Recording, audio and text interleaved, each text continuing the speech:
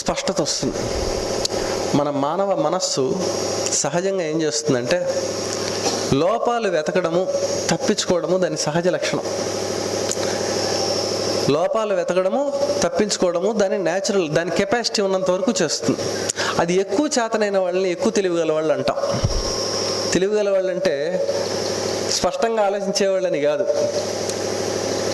మానవ జాతి అనుకున్నట్టు స్పష్టంగా ఆలోచించే వాళ్ళని తెలివిగల వాళ్ళుగా పరిగణించం మనం మానవ జాతిలో. ఇంకెవడు పట్టలేని యాంగిల్ పట్టేవాడిని తెలివిగలవాడు అంటాం. విచిత్రంగా అంటే పంటలో ఆకు ఇరుక్కుంది అనుకోండి, మిగతా మొహం కనపడదు, అదే కనపడుతుంది మనం మాట్లాడుతుంటే ఎదుటికి. అట్లా ఏది తేడాగా ఉందో అది చూడటం అనేది మానవ సహజం. ఆలోచనలో కూడా అది సహజం.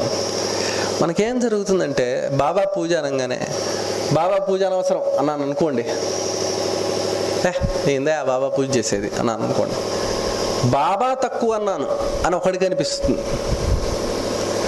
పూజను తప్పు అన్నాను అని ఇంకోటికి అనిపిస్తుంది, నీ ఫేస్ ఏడిచినట్టుంది అని తట్టేవాడు చాలా తక్కువ.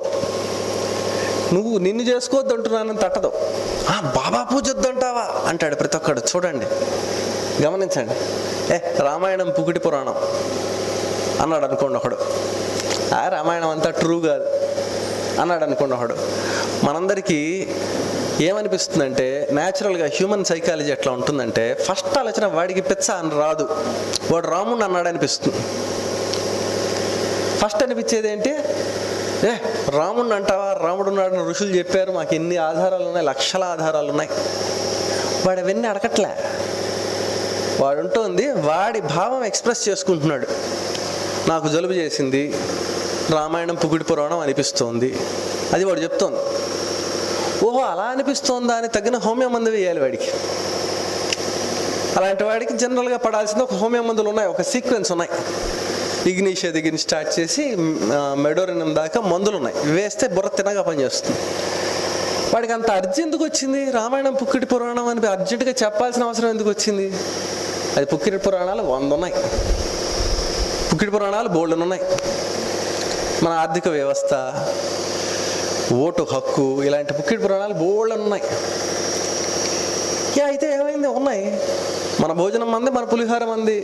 కానీ వాడికి సడన్గా లోపల నుంచి పుట్టింది అనుకోండి ఒకడికి, రామాయణం అంతా నాన్ హిస్టారికల్ అనగానే ఓ అలా అనిపిస్తుందా, ఎప్పటి నుంచి అనిపిస్తుంది, ఈ మధ్య ఏమన్నా అజీర్తి తిన్నావా, అది కరెక్ట్ రెస్పాన్స్. బాగున్నావా, ఇంట్లో అంతా బాగుందా, గొడవలు అవుతున్నాయా భార్య భర్తలకి, ఎందుకు సడన్గా రాముడి మీద పడ్డాను రామాయణం మీద అని వాడి పట్ల కన్సర్న్